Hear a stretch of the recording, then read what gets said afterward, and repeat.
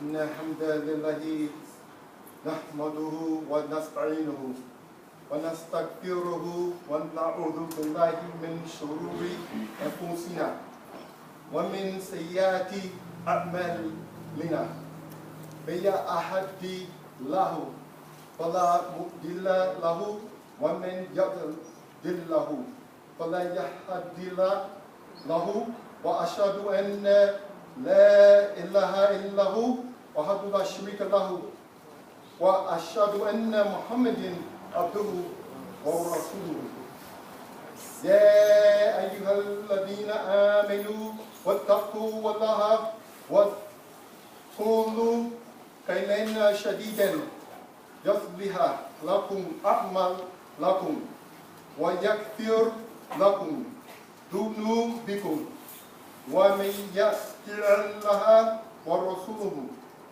فقد فاز فوزا عظيما أما بعد Alhamdulillah. Dear brothers and sisters, just Jummah, going to be brief. The topic is about Bala ibn Rabah. Radiyallahu anhu. Bala was born 580 AD. He was born in Mecca. He was Abyssinia descent, as we know today as African. Now, what is so important about Bala ibn Rabah? He was also known as Sayyidina, our master. He was African, for one. Two, that the Prophet Muhammad Salam would send his companions to Abyssinia. This is very important for the Africans as well as the Arabs to show. And the third thing, that even those of us, many of us come from the background of Imam Muhammad, rahmatullahi alayhi. May Allah be merciful to him. You can see that in the time of the Prophet Muhammad sallallahu alaihi wasallam, that the Africans would play a role in this Islam.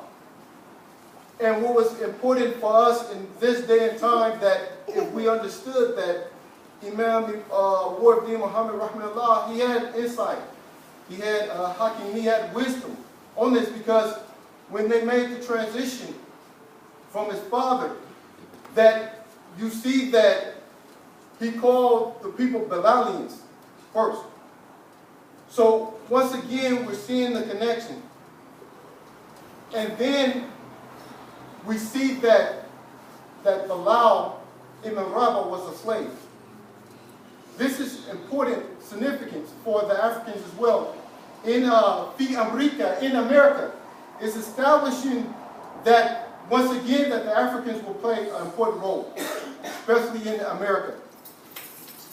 That how that Islam came to the Africans in America, and then the role that the Africans will play is very important. So you have to see this and make the connection. So that we see that Bilal ibn Rabah, he was a slave, right? That he owned nothing, that he had no possessions, and that Allah subhanahu wa ta'ala raised him up. So in darajat, in stages and degrees, Allah does what he wants with whoever that he wants. With his abadah, his slave, he does what he wants. So during this time that Bilal ibn Rabah, he heard about Muhammad sallallahu alaihi wasallam. He heard that there was a righteous person among them. Bilal was born in Mecca. As we know, the name that Allah subhanahu wa ta'ala said in the Quran was Becca. So we know that during this time, before Muhammad sallallahu alaihi wasallam, it was degraded. Idols and all of these things, Uzza and things like these names. So Bilal heard about Muhammad sallallahu alaihi wasallam and his righteousness, his loyalty, his deeds, his actions. He wanted to know more about Muhammad sallallahu alaihi wasallam. Just like us in this day and time, we wanted to know more about Muhammad sallallahu alaihi wasallam. We never met Muhammad sallallahu alaihi wasallam, but hearing about his deeds and his actions, had us come to Islam. Now, Bilal was owned by Umayyah ibn Khalid. While in Mecca, Bilal kept hearing about Prophet Muhammad sallallahu alaihi wasallam, as we said. And he continued, so meaning Muhammad sallallahu alaihi wasallam, he accepted Islam by the hands of Muhammad sallallahu alaihi wasallam. What's the connection with this? Once again, that the connection with the first three generations, or the companions of Muhammad sallallahu alaihi wasallam, when they heard or when they seen, they accepted it. They didn't think like some of us to this day, I don't want to do this, or I think about doing this. When they heard this, they accepted it. They took it and they acted upon it. See, this is the thing that we have to understand. That when something comes to you and it's sahih, we must act upon it. Now, once again, that in Islam, when Bilal became a Muslim, and during the war of Badr, he slayed Umayyah. He slayed him. Now, why is this so important? Because even in this time, those that are Africans are descendants of Bilal ibn Rabah. So we want to follow in the footsteps of Bilal ibn Rabah. He's a Sayyid. He's our master. So we need to understand this. And then we're showing that the connection, what is the importance with the Africans as well, that the Prophet Muhammad sallallahu alaihi wasallam, he sent his companions to Abyssinia. Right? Yeah, he sent his companions to Abyssinia. So once again, we're seeing the connection with the Arabs and the Africans. We're seeing a connection that even in this time, that the Africans must play a significant role in Islam. Because a lot of times that the Africans here in America, we don't play the role or step up to a degree that we should. Right? I remember Imam Wafdi Muhammad rahmatullahi alayhi, he said that the only thing that the Arabs had over us was lisan, the tongue.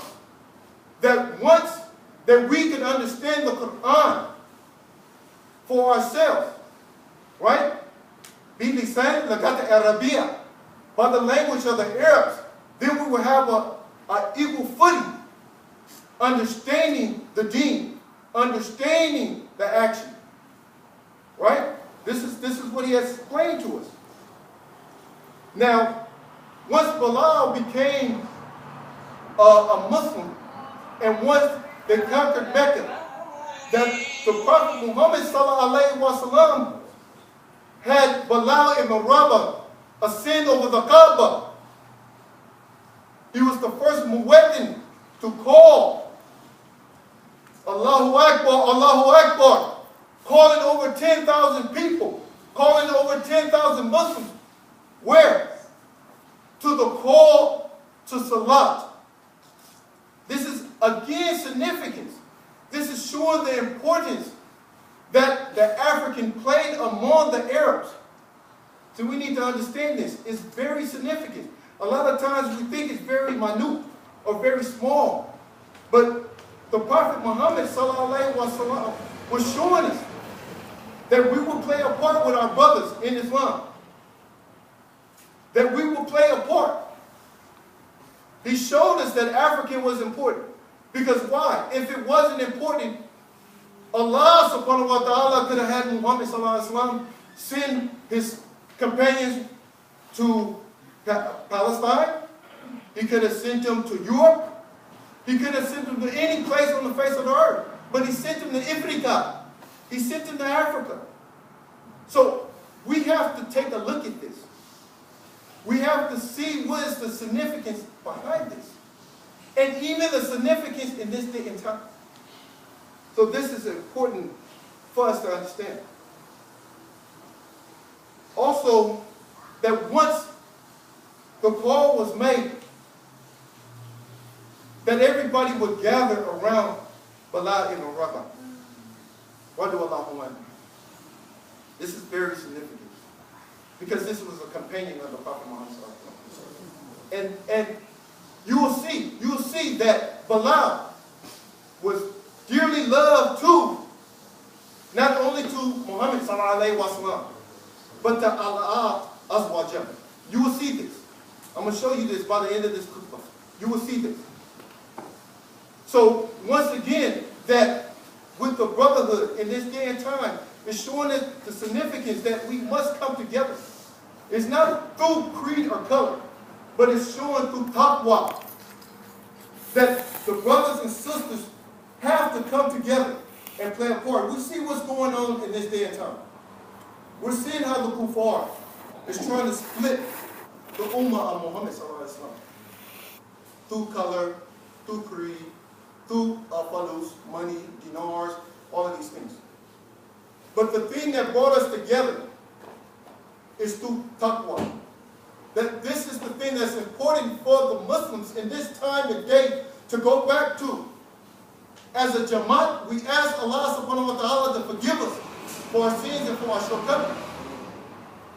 Then we ask Allah subhanahu wa ta'ala to help us follow the traditions of Muhammad sallallahu alaihi wasallam and then his companions, the tabi'un, right? Because they only did what they see Muhammad sallallahu alaihi wasallam do, right? So this is very important and this is very significant. Because we see now, even in this time of day, we could go to the Yemeni Mosque, we could go